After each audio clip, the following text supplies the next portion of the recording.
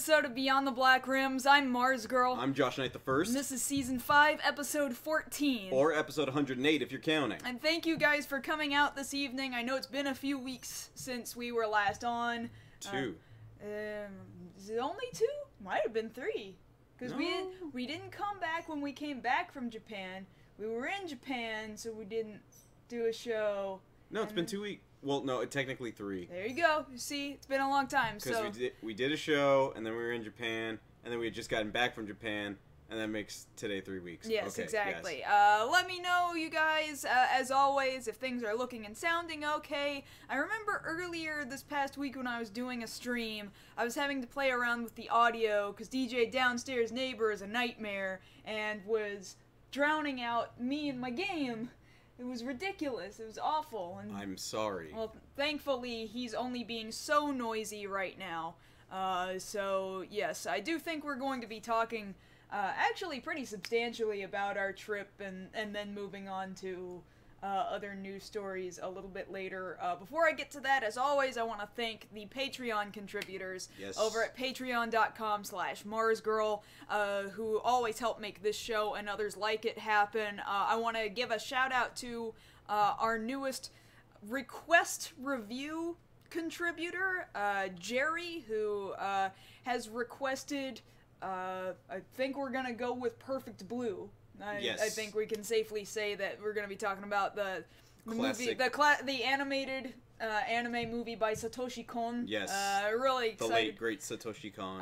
Really excited about that. And just a little earlier this week, I released another request review about a really strange, bizarre half-hour movie called Gitchy, about a clown that tickles people to death. And that... wow. Watch the review, don't watch the movie. Yeah. You know what? Save yourself the money. It's, wow. We have other stuff to talk about. Yeah, Let's talk about other stuff. Yeah, I'd like for us to go ahead and talk about what our stories are first. Then I would kind of like for us to talk about our trip and stuff before we go on to that. So, our first topic for the evening. Yeah, we've talked about Kickstarters quite a bit. And there's another Kickstarter that recently got a lot of attention for bad reasons, and that happens sometimes. We sometimes talk about it, but this one just sort of tickled us pink.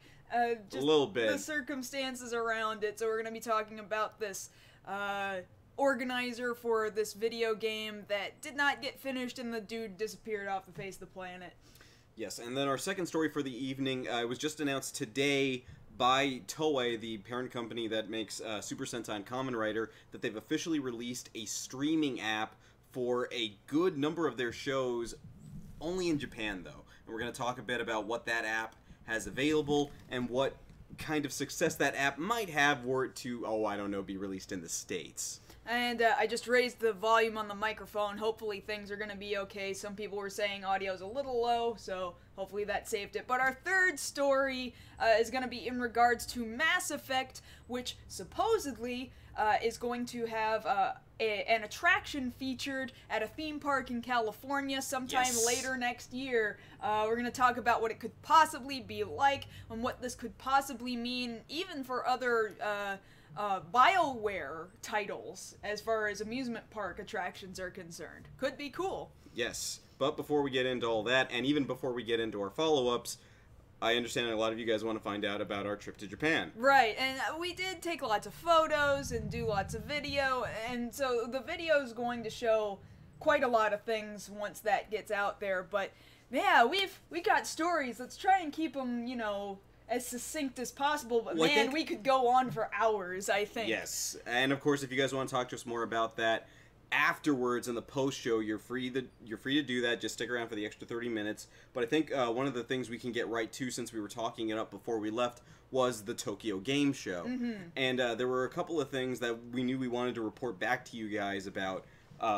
First and foremost, when we got there, it was only about an hour out from Square Enix's presentation, and getting through that throng of people at Makuhari Messe was quite easily a nightmare. I'll say this much. When I last went to the Tokyo Game Show, it was in 2006, and it was taking place at Tokyo Big Sight, which is on Odaiba, which is most definitely in Tokyo. currently the Tokyo Game Show no longer takes place in Tokyo. That's kind of a lie in its name. It actually takes place in the neighboring city of Chiba at Makuhari Messe, which is much bigger than Tokyo Big Sight, and Tokyo Big Sight is already freaking enormous. So if that gives you any indication how huge this is, like, this took place in 2 separate enormous buildings, like, across the street from one another. Pretty much. It was ludicrous. And getting in was the biggest nightmare I could. Like, once you actually got to the place you needed to get to, it wasn't such a big deal, but it wasn't so bad later, but specifically for Square Enix, it was like, because you were closer to the stage than I was, and I was still fairly far out, but for both of us, we both described it as pretty much a mosh pit. Well, yeah, because we couldn't get to each other, but we were sending messages to each other. Where are you? I'm by Square Enix. I can't get close. I can't either. I'm just being pushed with traffic. It was awful. The worst ever. The worst. The worst ever. The worst ever. Square Enix's booth was just a nightmare, which is funny when you compare it to, like, this game, Grand Blue Fantasy. Yeah, we saw a lot of this while we were over there. It's apparently this cell phone game that's massively popular over there right now, and I think it's getting a stateside release sometime early next year.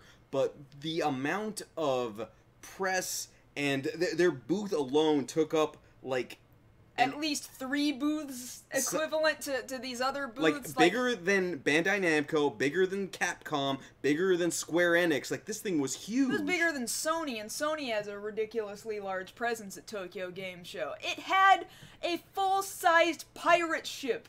Do you understand this? It was a full-size pirate ship in front of a castle, okay? This thing was huge. It was enormous. And, of course, the other thing, some of you might have followed us on Twitter and found out about this, but we found out right when we were getting on the plane here in Texas heading out to Japan, was that at the Bandai Namco booth for their Project Cross Zone set...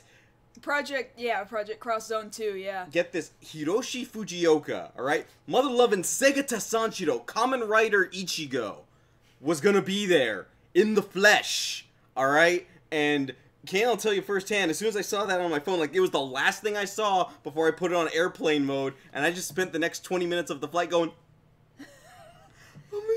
and there we were. We made sure to be there well in advance, and there was a throng of people there. And they had to, like, rope the area off so that more people couldn't come in, and people weren't allowed to stand there after a certain point because they had to keep the artery of traffic flowing, you know? Right, so... and...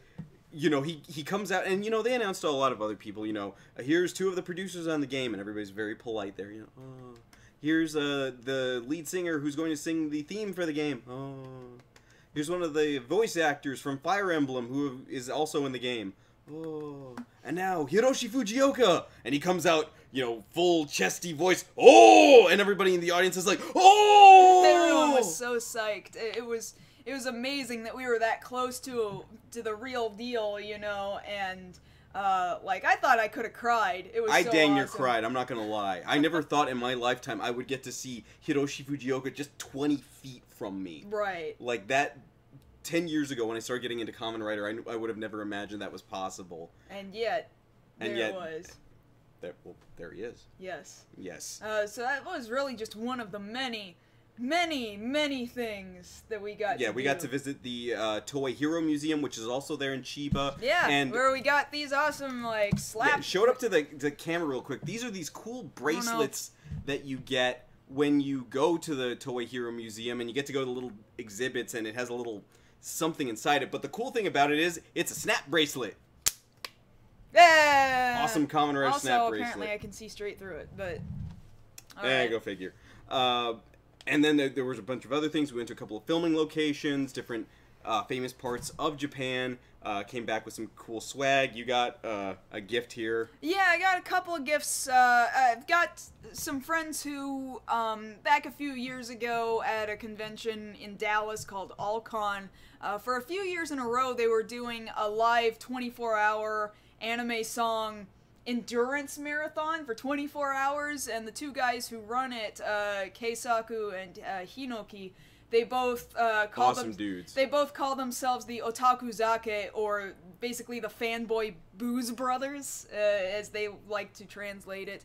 It turns out Keisaku has a bar, an otaku bar. It's a very small bar, but he loves playing like anime music, like intros and stuff, and doing karaoke in it and things like that.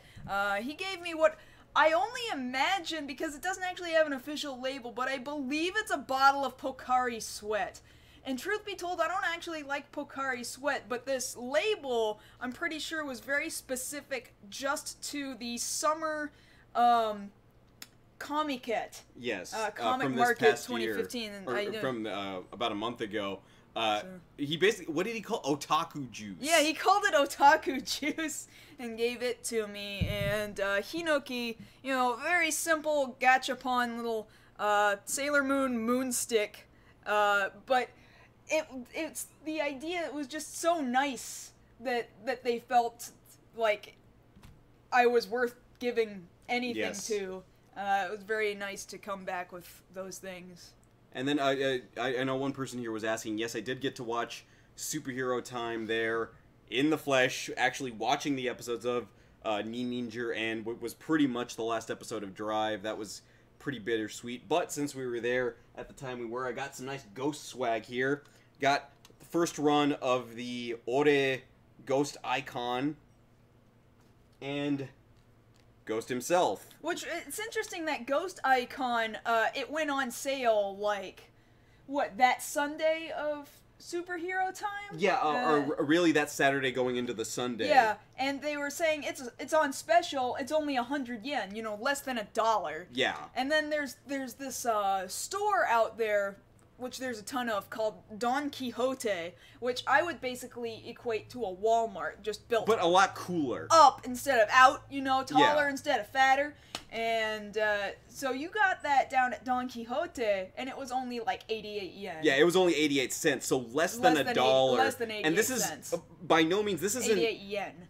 Well, yeah, that's what I meant. This is the deluxe item, people. Like, this is the one that works in the belt.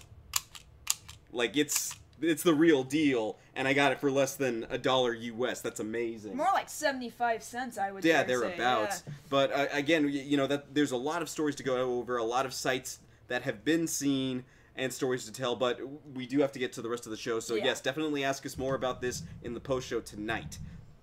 That having been said, we should probably get into the follow-ups. Okay, let's go ahead and do so. Okay, so first and foremost, talking about Kamen Rider stuff. So Kamen Rider Drive. Face. Yeah, that's the one. So Kamen Rider Drive has officially ended, but it was just announced towards the end of the run that Kamen Rider Chaser specifically is getting his own spin-off movie titled Drive Saga Kamen Rider Chaser, and this is going to debut in April of next year.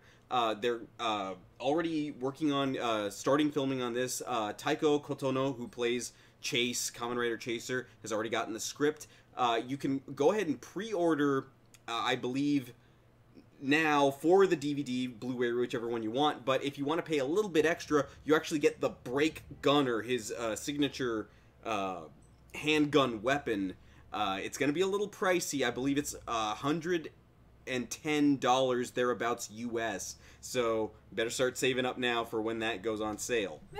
Yes, but very much looking forward to that. Okay, so moving on to other news, specifically relating to Ghost. So we now know the name of the opening theme to be performed by the group Kishidan. It's I Think Therefore I Am. Okay. Or I Think Therefore We Are. It's an interesting title for the series, which is very Ghost thing. Like, usually I was expecting a Ghost pun, honestly. Right. But they decided not to go in that direction. Okay, that's fine. Yeah, but it's a famous quote, and they've got ghosts of famous dudes. So maybe that's got something to do with it, the spirits of great men and all that they're trying to build this series around. But we've got that to look forward to this Sunday over in Japan. Episode 1 of Ghost will debut, so be on the lookout for that. Mm-hmm. In other Tokusatsu related news, we have confirmation of the next name of the Sentai that will follow after Shuriken Sentai Ninja, and this is Dobutsu Sentai Zyuohger, which basically translates to Animal Sentai or Animal Squadron Beast Kinger. That doesn't make, it's not really that English. doesn't make language sense. But no. basically, it's going to be animal themed. We're going back to Yes. animal theme. It's funny because Dobutsu Oh man, I hope one's a shoe bill. a duck? No, it's not a duck. Do you know how big a shoe bill is? A shoe bill is like 3.5 feet tall, and it makes the most amazingly scary, like crazy smile. And Japan loves shoe bills. They're amazing. They're scary, but they're awesome. There were some creatures in Legend of Zelda that were based on shoe bills. Yes. I just want one to be a shoe. Just forget Okay, it. all right. You Forget can you can wish. You can wish. Thank you. Okay, so moving on to more stateside news.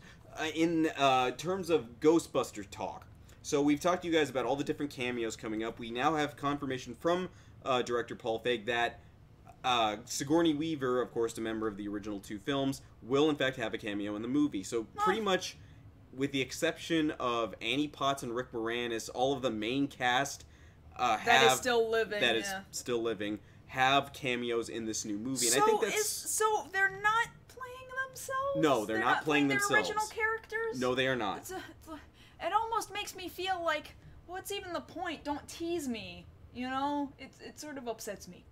Well, they're very much trying to solidify that this is its own separate entity from the 80s movies, Yeah, and I think I'm okay with that. Separate is fine, but I would like for it to actually be attached in some way. Separate, but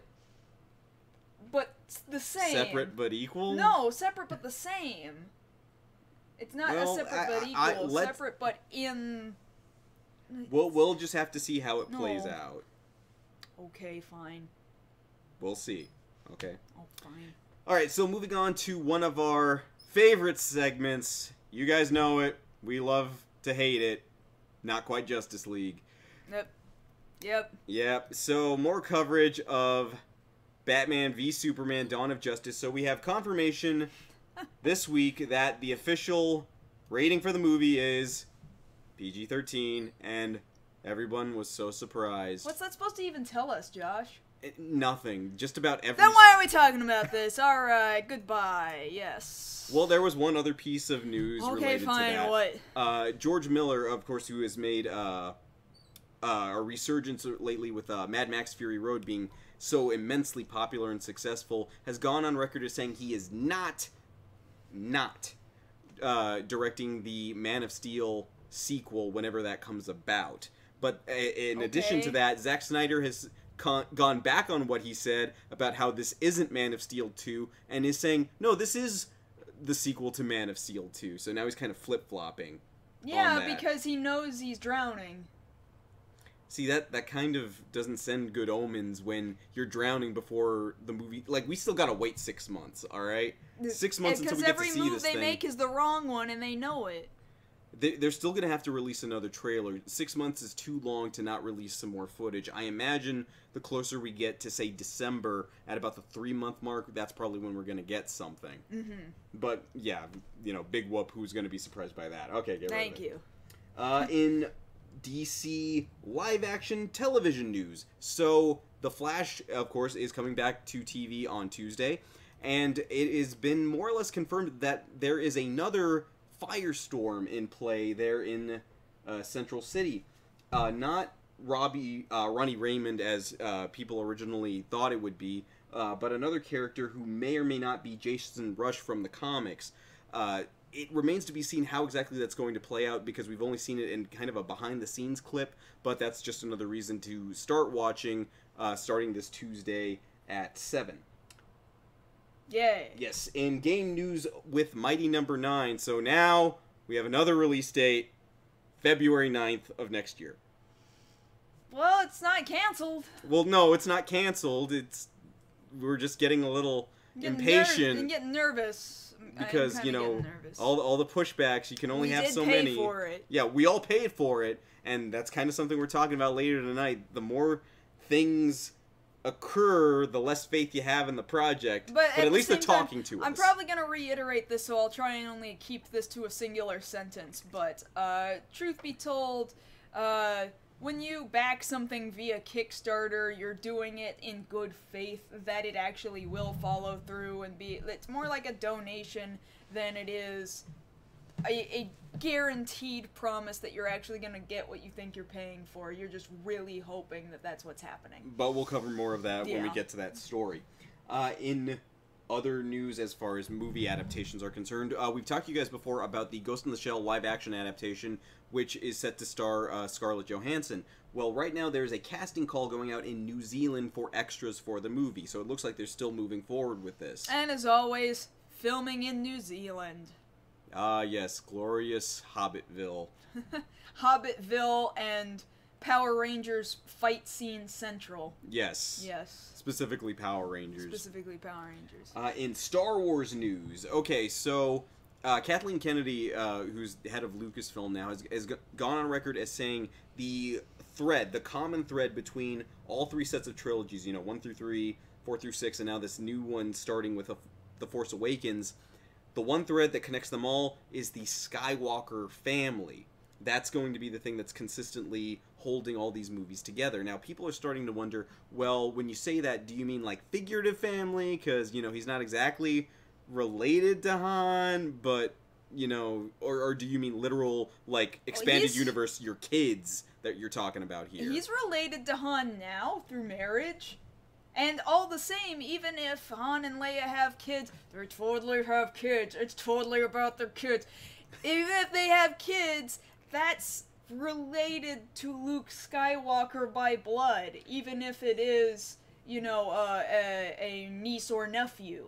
Right. That's blood. That's still a bloodline. Let's not kid ourselves. So that's a little more fuel to the fire for speculation for The Force Awakens. Again, we're not digging too deep because we actually want to be surprised when that comes out this December.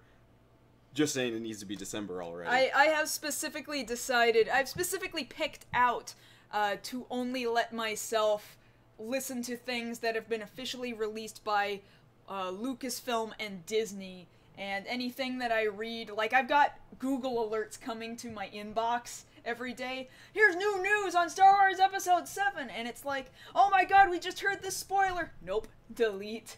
And I only pick the ones that are directly, like, what the company wants you to know, because I don't want to hear anymore. Yeah, I don't want to ruin it. I don't want to ruin it. Which is why probably the week of, we're staying off Tumblr. Oh, because, yeah, forget that. Yeah. Okay, so moving on to other news. X-Files, right? So we got a new trailer for the X-Files revival that's coming out next year. It's a 2-minute long trailer that, of course, was premiered with Gotham this past week. And they're back. They're still doing the same stuff. Again! Yeah. Remember us? We look older. And it's it's still like Scully, both in character and actress, Gillian Anderson, so could not give a crap that she's there, And notably, Gillian Anderson does not like talking about X-Files. She will appear at conventions, and she will answer questions so long as those questions have nothing to do with X-Files. It's really, really sad, actually. It's almost akin to I am not Spock, I am not Scully. Like, don't talk to me about that, even though I'm here at this fan convention. When Leonard Nimoy wrote I am not Spock, it was not to ask people to stop talking to him about Spock, and then he had to go on and later clarify in a completely separate novel, I am Spock. Well, because later he learned to accept it. Well, even so, he only meant it so bitterly when he was talking about I don't know, he was pretty bitter.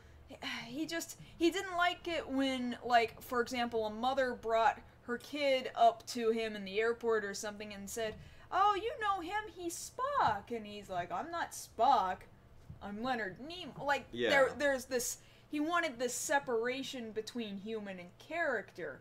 That's an understandable thing, but Gillian Anderson is just like, can we not talk about this thing, like, at all? Well, no matter how she looks, she still did it. And she still picked up the paycheck. She still took the money in rands. So. Yes. And just to kind of round this out, our last bit of information for the follow-ups concerns Pacific Rim. Now, I know a lot of people have been keeping an eye on this for the last couple of weeks, but unfortunately, Pacific Rim's spot has first been moved, then taken by the next Pitch Perfect sequel. Oh, that's a horrible thing to be replaced with. And now it's not on the schedule at all. But Guillermo del Toro says we're still moving forward with it. At the end of the month, we're still going to submit a budget and a script to Legendary and Warner Brothers. We still fully intend to make this movie, which makes a lot of people feel better, but still, it's kind of the same story we had when Pacific Rim first came out. We have to make sure to keep an eye on this thing. If we don't support this thing, it might not make it. Yeah. Because, he's got Crimson Peak coming out, and that's already tracking to make a lot of money here in the, scary movie season of the fall. But aside from that, what do people really want? We want to see giant robots go at it with monsters again. Yeah, we just want to see them punch each other in the face. I just want them to fight. That's all I care about. Let them fight. Same studio. But, yes, we're going to keep an eye on this Pacific Rim watch now, I guess, because we can't let this thing die. We need to make sure the Apocalypse stays canceled, not the sequel. Yes. Yes. Okay. But that having been said, that's our follow-ups for the evening. We still got to get to our actual stories. Yes, so we're talking Kickstarter, right? Yeah, yes? we're talking Kickstarter. Okay. What did I just turn off? I turned off our ticker. I didn't want to turn off our ticker. I need my ticker. I know. I wanted to turn off Pacific Rim. There we go. So, what we're looking at here is a game called Mansion Lord. At least it was supposed to be a game called Mansion Lord. But it's gone. I guess. So, Mansion Lord was supposed... I looked at this video on Kickstarter. This was funded in December of 2013, so this was almost 2 years ago. And it was supposed to be somewhere between a god simulator and a strategic RPG, where you run a mansion. In this mansion, you keep guests, and the guests make you money, but they don't make you enough money. What really makes you money is murdering people. And you hire assassins who also stay in the mansion, and you hire them to assassinate your really rich, expensive guests, and then you pay the dudes who kill them, and you keep the rest of the money that was on the rich dude who was staying in your mansion. And then sometimes it was strategy. You know, they're on a grid. That having been said, it sounds interesting. That's something I would have played. Of course, now that I know that it's been 2 years and the dudes have kind of up and left, I'm looking at the video, and it looks like they've got this pre-made video that was simply made to be a video, and it doesn't necessarily look like it had an engine. It looks like it was all done in Flash now that I'm looking at it, which I suppose if you're just trying to do a mock-up of a game to begin with because you haven't actually built the game yet, I mean, what better way to do that? Well, right? Yeah, because when you think about it, with a lot of Kickstarters, especially when it comes to a game, you try to have something ready to begin with, but if you don't, yeah, a Flash movie makes sense because you want to give a proof of concept for the game you're trying to make. Right. So that in and of itself, at the beginning of a Kickstarter, wouldn't necessarily send off a lot of red flags. No, not necessarily. This game raised over $30,000 just through Kickstarter alone. After that, they apparently had some more post-Kickstarter funding just through PayPal direct donations, alone. Yeah. And we have no idea how much they raised through PayPal. And then August of 2014 was the last time anyone has ever heard from them. And it's October 1st, 2015, and where the hell are they? They're just poof.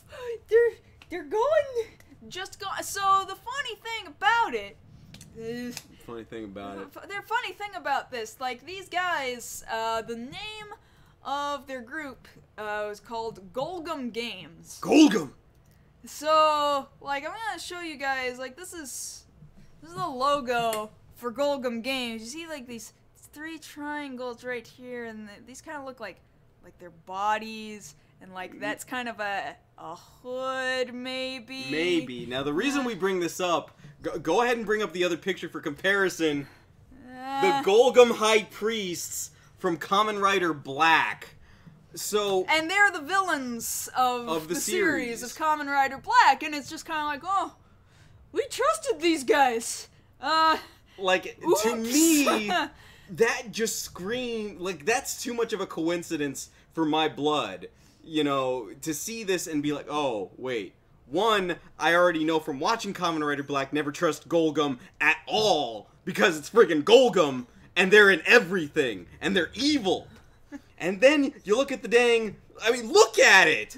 It's the three of them, and then you go back to the logo, and it's the three, like, I think it's clearly there, they were trolling. These people, like, or this person. Look how I can just go back and forth like this. It's like identical. This is ridiculous. And mind you, we didn't search very hard for that picture. That took about, what, 10 seconds? Yes. To pull up that picture, and it was like, oh, well, that's just too perfect. It fits. It overlays so easily. This is what leads me to believe, along with many other people, that, yeah, this is a scam. This whole Kickstarter, the whole later PayPal donations, this was all a scam. This is a case of a fly-by-night, take the money and run situation, and unfortunately, a bunch of people are left without money and without a game. Yeah, so, it's interesting to see how, in fact, Golgum Games' website completely up and disappeared. And then you go and you find out, it's attached to somebody by the name of Mike Wong, or Michael Wong, or Mikey Wong, something to that extent. And the description of Golgum Games says that it's two dudes who once worked in the video game industry, like in big industry, but they don't say who they are, and they don't say what parts of the industry they worked in, and they decided they wanted to go small time, and then they set up their Golgum Games out of Austin. However, everything that is registered to Michael Wong attached to the old Golgum Games web address all says it's out of California. So, and California's not Texas, folks. So what the hell? This is flaky. This is flaky as hell. Oh, this is hella flaky. He just deleted any piece of information that was on him, any other domains that he had registered to him. But apparently it's a Michael Wong. At least we How do we even know that's his real name? I don't know, but I see his street and apartment number right here, and zip code, and phone number. Just out of curiosity, what's his address there? At least the first three numbers, Kaylin? 555. Like every fake number you ever see in a movie. Also, like Fies, exactly. Another writer reference. This guy's a Toku fan, and he ran off with the money. That's what I believe. I firmly believe that. Oh, it's so sad, but it's so funny, cause like, look at it! Look at it! This is terrible. Like, it's so sad, but I can't help but laugh. Like, no, but didn't anybody look at their name before they donated and go, oh, this name sure does sound familiar? No, because you would have had to have known the series and gotten the reference. Yeah. Like, that's the mark of somebody who knows exactly what they're doing, because, you know, it's that whole thing they say about criminology. The culprit always returns to the scene of the crime. They have to leave some sort of evidence to prove to themselves, ha, I outsmarted people. Well, there it is. It's blatantly there in the logo. What the hell, man? Oh, it's kind of funny. I shouldn't laugh, but you better hope Minami Kotaro doesn't find you, man. I'm just saying. I'm done here. Yeah, we're done here. That's all I really wanted to say about that. I'm sorry. Yeah, we apologize for that. It's just, it was really friggin' obvious. Okay, so moving on to our second story of the evening, having to deal with Toei. And here we have a picture of Kento Honda, who originally played Kamen Rider 5's Takumi Inui. They're at the press conference for this new Toei streaming app. Now, it's for both iPhones and for Android devices. So. But currently the Google Play one is the one that's working right now. They're still kind of working out some bugs with the Apple one. But the story, of course, is the app itself. They just announced today that this app will allow for people to view 4,739 episodes of different series altogether for the low price of 960 yen, which is it was like $9. You know, about $9 less than 10 over here, stateside. And one of the first things they're going to stream on this site is, or on this app, I should say, is Resha Sentai Tokyuger, Kamen Rider Gaim, and some older series like Space Sheriff Gavan, Ganbare Robocan, and Bishoujo Kamen Poatorin. Just to begin with, and then they'll expand out from there. And when you look at it just in terms of the way media is going nowadays, streaming apps make sense. Every major network more or less has a streaming app. Fox has an app, CW has an app, Comedy Central has an app. You know, it's just easier to watch things, and especially in a country like Japan, you know, having been there ourselves and seeing people on the train, you spend a lot of time in transit. You've got your phone there. You don't just want to sit there bored, so what are you going to do? You're going to watch your favorite shows, you know. Very true. We spend a lot of times on... You understand now, right? Just how much time you will spend on a train. So it makes absolute sense, because I saw people just fiddling. You look left, you look right. Phones everywhere. Everyone has their phones out. So. And that's the way you want to go. You want to capture the mobile market because that's just the way the market as a whole is going. And yeah, you know, people here in the chat, they're listing all their favorite shows that more than likely will show up on this service, you know, once it gets off the ground. And, you know, Tokusatsu is much bigger over there, you know, it goes without saying, but it's so much bigger over there than it is over here in the States. My question, and it's been my question for the longest time, because... You know, going back to when Shout Factory agreed to go ahead and release Zoo Ranger over here, and now the upcoming Die Ranger release, legal options for streaming of Tokusatsu shows is something I know I speak for myself and a lot of other fans out there desperately want. We want that option. Well, think about it, too. I've mentioned this, I think, before on past shows. Tsubaraya has their act together these days. Absolutely. They produce Ultraman, and...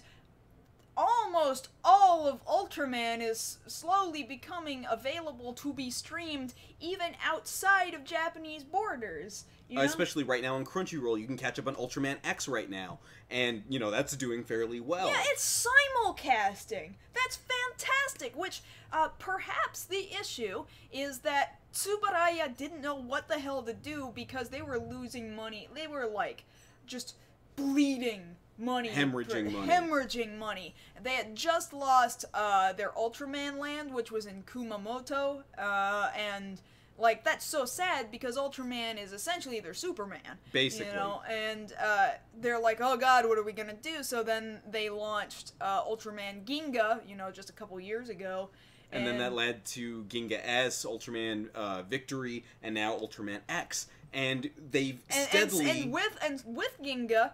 they started realizing that there was this external audience outside of Japan that wanted to see their shows, and so slowly but surely you could start to watch Ultra Q, and then the original Ultraman. You've got Ultraman X, and all these other Ultraman series. Ultraman Max. Did I not say Max? No, you didn't say Max. I'm pretty sure I just said Max. No, you said X. It doesn't matter. Point being... Tsubaraya is getting their act together, and they're evolving past just the island of Japan being islands of Japan as their only viewing audience. The question now is, how long is it going to take for Toei to get with the times and decide to acknowledge, you know what, we do have fans in other countries, other parts of the world. Maybe we should give them the option to watch our programming. It's just an idea, maybe. I'm hoping we're still streaming because my stream is trying to tell me that we're going, like, on and offline, so you guys just shout out if there's a problem. Okay, thanks. I just wanted to make that known. Yes. Keep going. Point being, this app, were it to be offered over here in the States, even if they didn't want to start in the States, they've got other closer places like Malaysia, like China. The Philippines are crazy about Toei heroes. Yeah, they've got their own conventions that they have out there to bring Tokusatsu heroes and heroines out. And over here, the best we've got is what, friggin' Power Morphicon. Which is not Which isn't to speak bad of Power Morphicon. No, but it's like the biggest fan-organized event. You know, Power Morphicon is not official. It's not. No, it's not. It's officially recognized. It's officially sanctioned by Saban, but it's not officially run by Saban. Right, you know? exactly. But the thing about it is, when you break it down, just in sheer terms of numbers, it would cost Toei absolutely dick to allow American fans, you know, North American fans, to be able to view their content. And the thing about it is, I fully believe that the fandom is at a size now where they could actually see a fairly good return on, you know, this service. You know, $10 a month, if they just upcharged a little bit to make it $10 flat American, they would get their money back so many times over. And then not just that, new audiences would be exposed to your product, because a cell phone you can take anywhere. You can be on the bus, you can be at a convention and be like, hey, look at this thing I'm checking out, and then more people find out about it, and then more people want to subscribe. That just makes business sense. So I don't get why they're dragging their feet with this. I don't know. To me, it just seems like Toei, for the most part, only cares about a Japanese audience, and that's just kind of the way it is. And I think in some cases that's true even of its animation, unless it's DBZ or it's One Piece. And those are like so supremely internationally popular. Of course they're like, well, we would be stupid not to share this. But your other titles could be just as popular, you know? If you would just let them. Just... Yeah, you get the idea. Like, you look at it, like, even this this ghost icon here, they're not using Japanese. This is an American word, ghost. That's in English.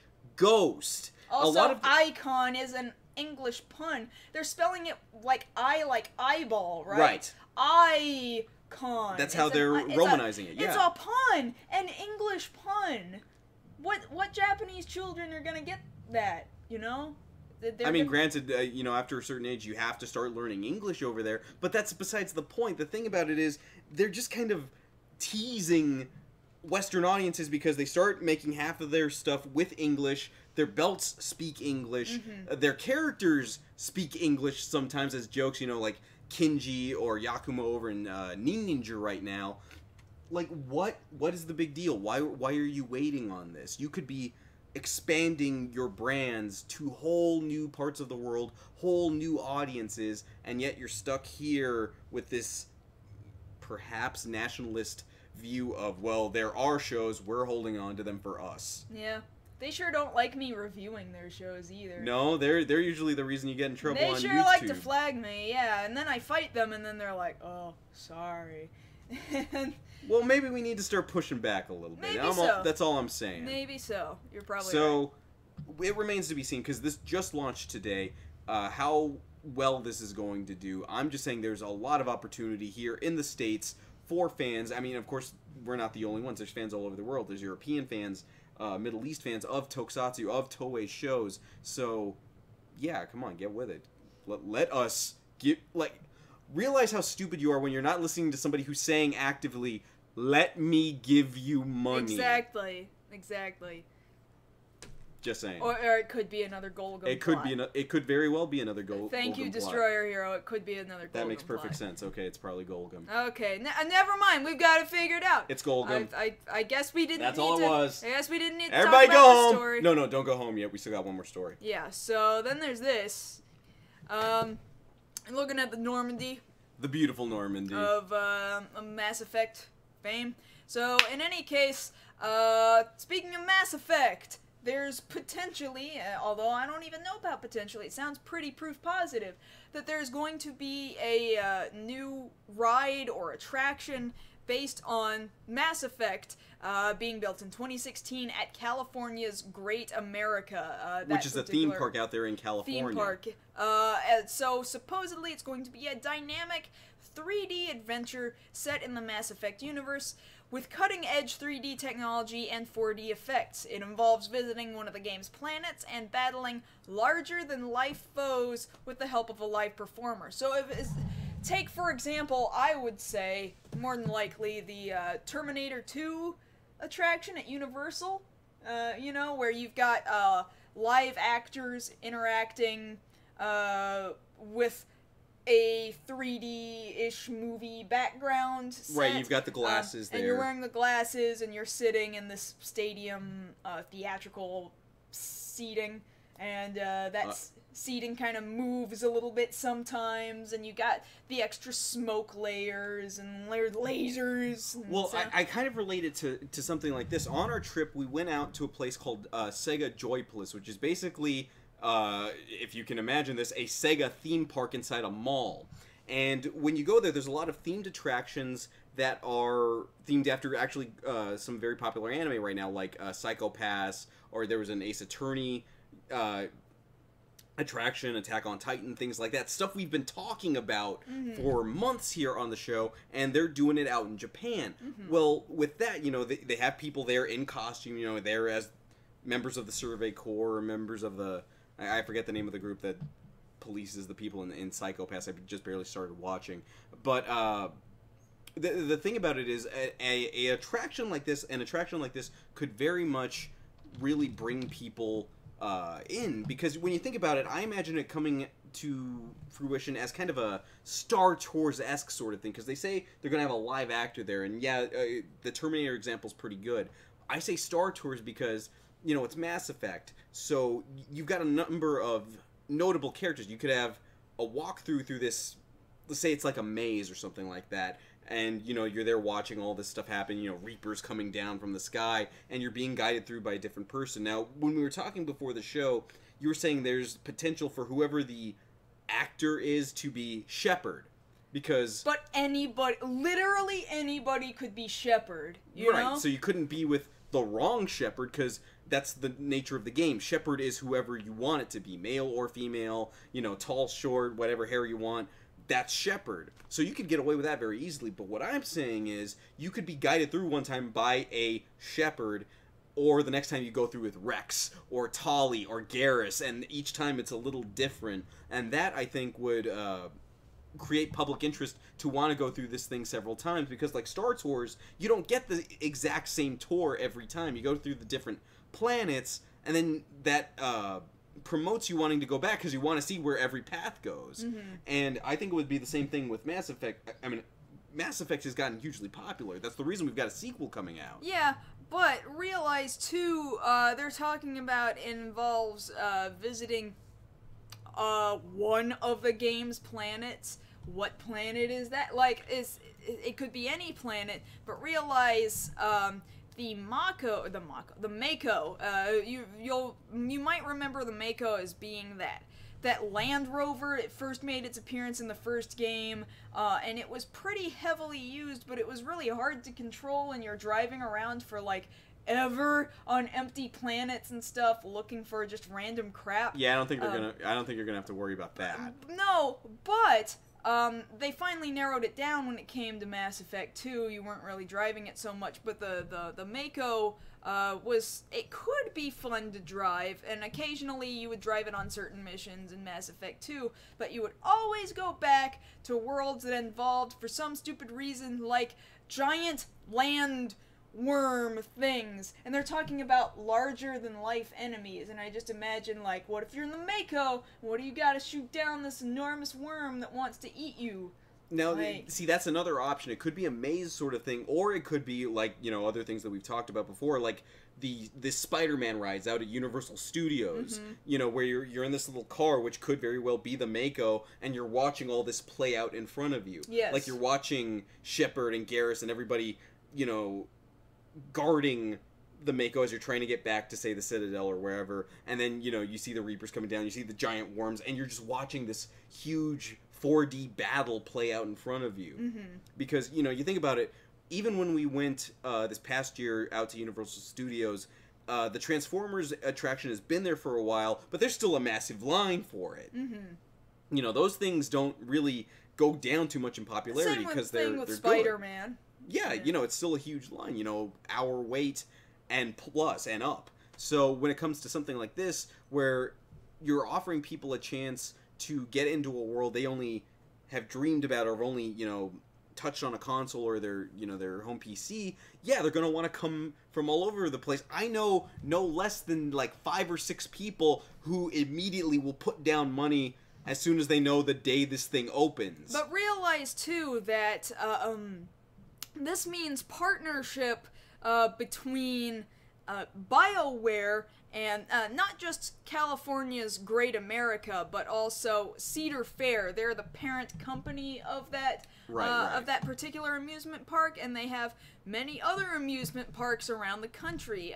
Probably next most famous is Knott's Berry Farm. Yeah. So realize BioWare could really go somewhere with different amusement park attractions. Well, because you think about it, you know, they're not exactly the Six Flags or the Disney World out there. You're just pretty much third tier compared to them. But when you have something competitive like this, like, you know, BioWare titles that you could potentially turn into park attractions, that's money in the bank right there. Because, you know, you're pulling up the list right now, all of these different BioWare titles. Yeah, like Baldur's Gate, Neverwinter Nights. Then you start getting into different Star Wars stuff, Well, I wouldn't worry about that, because that's probably Disney. It's probably going to end up going to Dragon Disney. Age. Dragon Age, for sure. That would be huge. If there was a Dragon Age land, I know even more people who would want to show up at friggin' Dragon Age land and Inquisitor the hell out of that thing. Like, that's just the fact of it. You know, these games,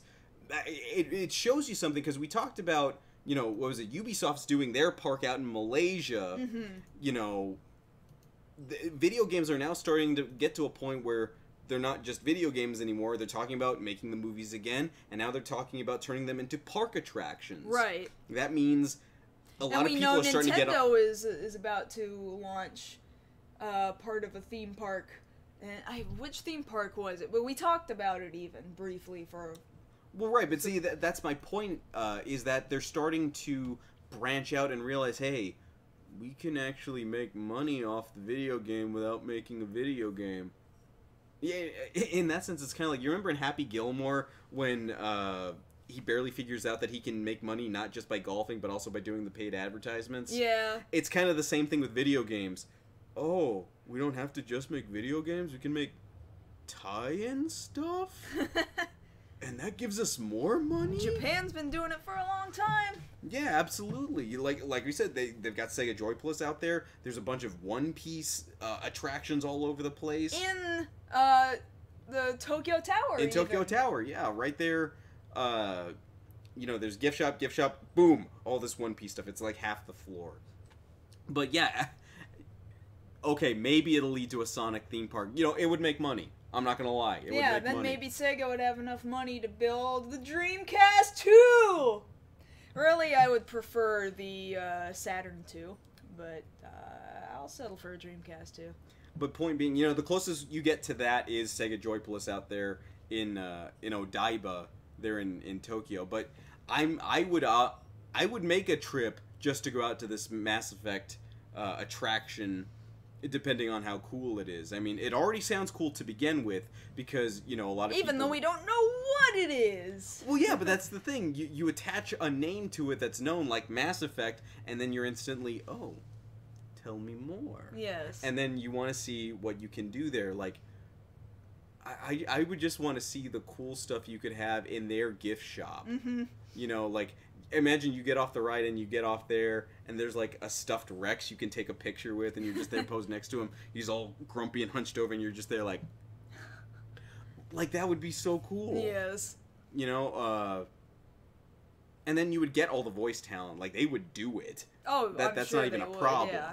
You know, you would get the cooperation you need from BioWare like that. Like that? That's it. And you would have this thing up and running and viable for a fairly good amount of time. And of course they're timing this out that way you can tie the park attraction into, what is it, Andromeda is what they're calling the sequel, right? Mass Effect Andromeda. Yes. You know, they would tie those two things together, like, oh, it's Andromeda launch day, everybody come in, it's a new mission sort of thing. That really appeals to me. I like that sort of thing. Me too. So hopefully we get to see more about this. We get to see the preliminary plans for what this park has in store for Mass Effect. Yeah, I'm a sucker for this. I want to see it. I want to go. Can I get in the Normandy now? Yes. Even if it was something as simple as a little, like, in front of the grocery store, 25-cent little kid-sized Normandy that I can sit in and rock back and forth, like, I'll accept that at this point. Well, not when they've promised me an entire attraction. I'm not gonna accept that. It's a little funny. So the idea is amusing, but not when they... Okay, that's like asking Golgum to build a video game, and then they give us nothing. Well, no, I just had a thought. If it's like a ride, right? Uh-huh. What's the name of your favorite race there in Mass Effect? The ones that speak monotone. I keep forgetting their name. Now you made me blank too. I had it memorized right up until you asked me that You've been having that question. problem all friggin' day. I'm sorry. Okay, but you know who I'm talking about because I'm blanking out too. That race, if they're the ones giving the safety announcement while you're waiting to get on the ride... Enthusiastically concerned. Please take off all hats, glasses, and blah blah blah. Thank you and enjoy the ride. Elcor. Elcor, there you go, the Elcor. There, I didn't even have to look at the chat because nobody answered in the right amount of time. I did that on my own. Yes. Okay, you got one back. All right. All right. Yes. We good? Yeah, we're good. Okay, I guess that's gonna be it for the news stories for this segment. So we're gonna continue to be live for you folks who are here right now. If you're not watching us live, if you're watching this later, I sure wish you guys were here because we always have a fun time with everybody post-show for an additional half an hour doing Q&A and we're probably going to talk a whole heck of a lot more about Japan, and I'm sorry you guys aren't here to see it, but we always are live at 9 p.m. Central Time on Thursdays, so please come out and join us for our live show and then follow that up with Q&A time like what we're going to do right now. Yes. And in the meantime, if you want to talk to us during the week, you can always hit us up on social media. Over on Twitter, I'm at Josh Knight First. And I'm at Mars Girl. And that having been said, that's been this week's episode of Beyond the Black Rims. We'll see you guys next week. Good night.